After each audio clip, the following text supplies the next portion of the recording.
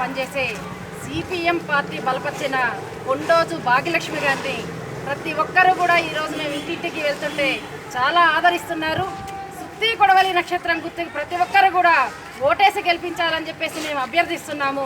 ఈ చిల్కానగర్ ప్రాంతంలో ఎక్కువ కూడా మధ్యతరగతి, దిగువ మధ్యతరగతి ప్రజలే ఎక్కువ ఉన్నారు కాబట్టి ఈ ప్రాంతం చాలామంది కూడా కిరాయిలు కట్టలేని పరిస్థితుల్లోనే ఉన్నారు కాబట్టి ఇక్కడ ఉన్న వాళ్ళందరికీ కూడా ప్రభుత్వం ఏ డబుల్ బెడ్రూమ్ ఇళ్ళు అయితే ప్రకటించిందో ఆ డబుల్ బెడ్రూమ్ ఇళ్ల కోసం మేము పోరాటం చేస్తామని, అలాగే ఈ ప్రాంతం విస్తారంగా జనాభా పెరిగింది. ఈ ప్రాంతంలో గతంలో వేసిన డ్రైనేజీలు అవే తప్ప డ్రైనేజ్ వ్యవస్థ కానీ రోడ్డు వ్యవస్థ కానీ ఏవి కూడా బాగుపరిచింది లేదు.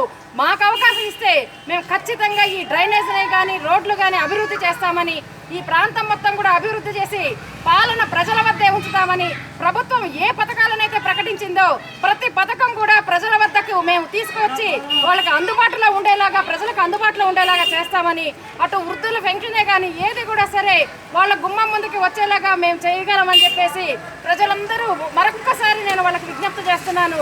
సిపిఎం పార్టీ బలపరిచిన భాగ్యలక్ష్మి గారికి సుత్తి కొడవలి నక్షత్రం గుర్తుకే ఓటు వేయాలని చెప్పేసి మేము విజ్ఞప్తి చేస్తూ ఉన్నాము.